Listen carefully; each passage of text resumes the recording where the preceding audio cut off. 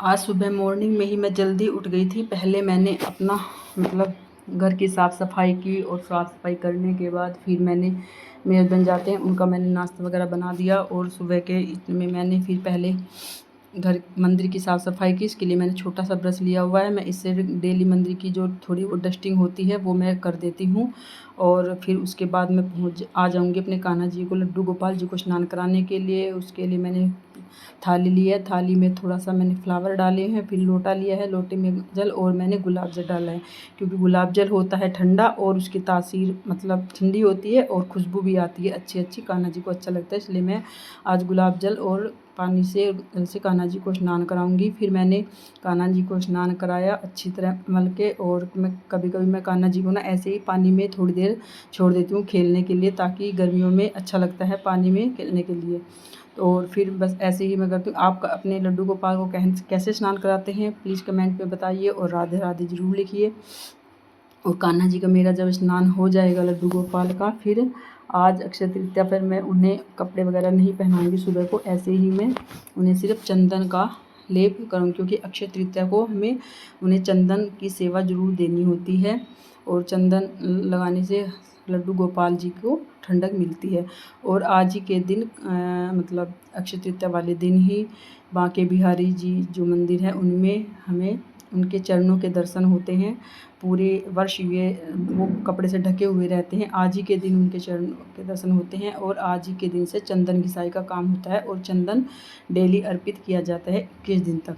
तो इसलिए अक्षय तृतीया पर चंदन की सेवा का विशेष महत्व है। और अब मैंने कान्हा जी को बोल दूँगी, अब मैं कान्हा जी को भी कपड़े वगैरह कुछ नहीं पहनाऊँगी, बस मैं हल्का सा कान्हा जी का श्रृंगार करूँगी। क्योंकि ऐसे कान्हा जी अच्छे नहीं लगते हैं बैठे हुए। क्योंकि पहले कान्हा जी को मैं दूध का भोग लगाऊंगी, क्योंकि सबसे पहले डेली दूध का भोग लगता है। जब तक चंदन वगैरह लगाएंगे फिर काफ़ी लेट हो जाते हैं ना।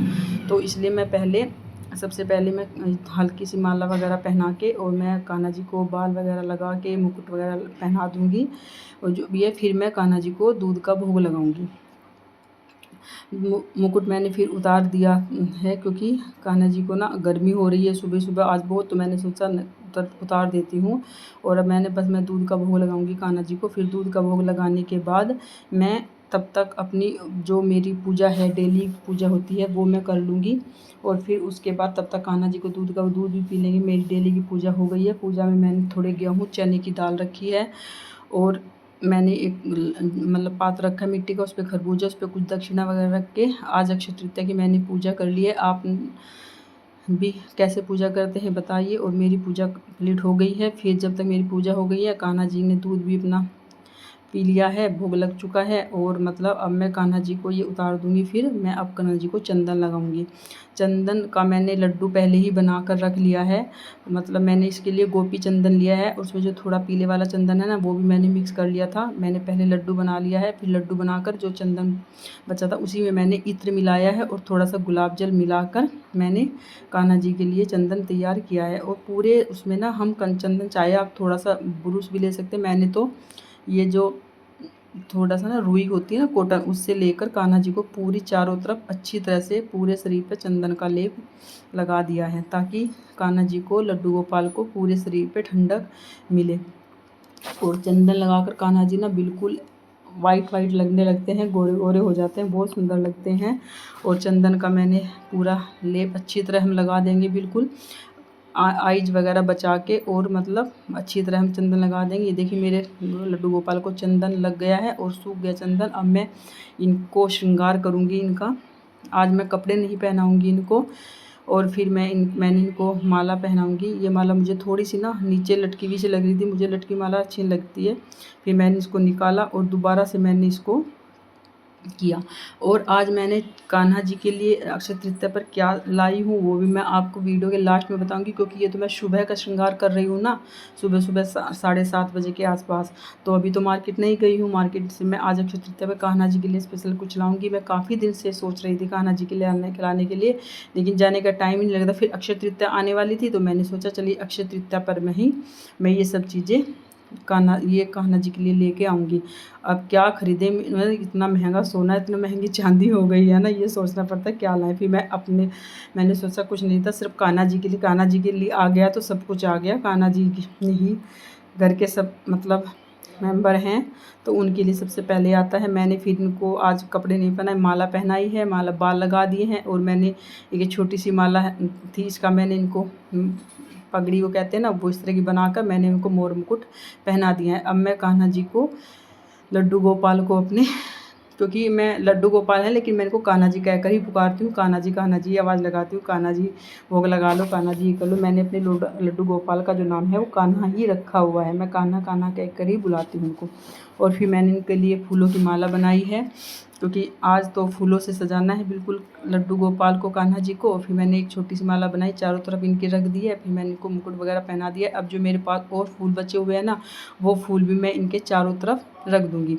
और ये मैंने लड्डू बनाया है चंदन का, उसमें तुलसी पत्र रख के मैं इनके चरणों के पास इनको रख दूँगी ताकि इनको ठंडक मिलती रहे।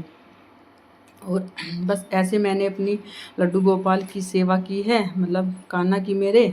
और आप मतलब कैसे करते हो ये भी आप बताइए। और मैंने आज इनके लिए अक्षय तृतीया पर ये छोटा सा मिट्टी के पात्र में जल रखा है, क्योंकि अब गर्मियाँ हो गई है ना, हम स्टील के या बर्तन में रखते हैं तो गर्म जाता है। और इसमें मटके में ना ठंडा पानी रहेगा, तुलसा डाल के मैंने रख दिया है। अब चारों तरफ मैं कान्हा जी के फूल वगैरह जितने भी मेरे पास बचे हुए हैं वो मैं कर दूँगी। और थोड़े से फूल ना मैं एक पानी में लेके, जैसे हमारे पास थोड़ा चौड़ा सा बर्तन होता है ना कुछ भी, उसमें लेकर मैं पानी डालकर उसमें भी कान्हा जी के पास फूल रख दूँगी ताकि उनको ठंडी ठंडी हवा ठंडक मिलती रहे। और आप ना अगर आपके पास वैसे फूल नहीं है आप उससे भी सजा सकते हो, आर्टिफिशियल फूलों से भी।